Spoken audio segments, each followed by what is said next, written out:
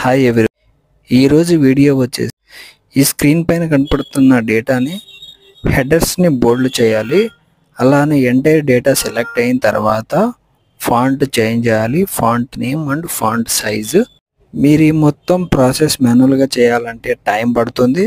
అందుకే VBA macro code రాస్తే ఫర్దర్గా మీకు ఇది ఈజీ ప్రాసెస్ అయిపోతుంది. మీకు ఇక్కడ స్క్రీన్ పైన కనపడుతున్న కోడ్ని మీరు స్క్రీన్ షాట్ తీసుకొని ప్రాక్టీస్ చేయండి.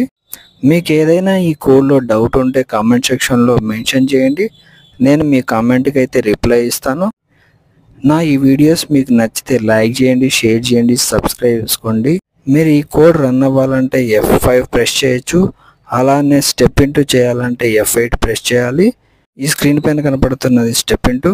మనం ఇప్పుడు ఈ కోడ్ని స్టెప్ ఇంటూ చేసుకుంటూ వెళ్దాం. ఎక్కడెక్కడ ఏమేమి చేంజెస్ వస్తాయో మీరు గమనించండి.